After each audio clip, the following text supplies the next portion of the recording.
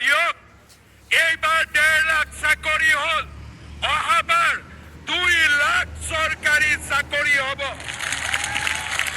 মই এনে কোৱা নাই, এইবাৰ 1.5 লাখ বিঘা মাটি আমি এভিকশ্যন কৰিছো, অহাবাৰ 5 লাখ বিঘা মাটি আমি এভিকশ্যন কৰিম। মই এনে কোৱা নাই, এইবাৰ মুখ্যমন্ত্ৰীৰ আত্মনিৰ্ভৰ অভিযান 1 লাখ যুৱক যুৱতীয়ে লাভ কৰিছে, অহাবাৰ 10 লাখ যুৱক যুৱতীয়ে লাভ কৰিব। শ্ৰদ্ধা ৰাইজ, আমি অসম মাতৃক বিকাশৰ এক নতুন দিগন্তলৈ লৈ যাম। কাৰণ অসম আমাৰ মাতৃভূমি, ভাৰত আমাৰ জন্মভূমি।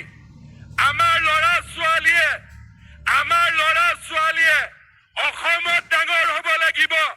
আমাৰ ল'ৰা ছোৱালীয়ে ব্ৰিটিছৰ পাছপৰ্ট ল'ব পৰা আমাৰ ল'ৰা ছোৱালীৰ শক্তি নাই। সেইকাৰণে আমি অসমৰ স্কুল বনাব লাগিব, অসমত কলেজ বনাব লাগিব, অসমত মেডিকেল কলেজ বনাব লাগিব, অসমত আমি ব্ৰহ্মপুত্ৰৰ ওপৰত দলং বনাব লাগিব, অসমৰ ল'ৰা ছোৱালীক আমি চাকৰি দিব লাগিব আৰু অসমক ভাৰতৰ ভিতৰতে সৰ্বশ্ৰেষ্ঠ ৰাজ্য হিচাপে আমি নিৰ্মাণ কৰিব লাগিব।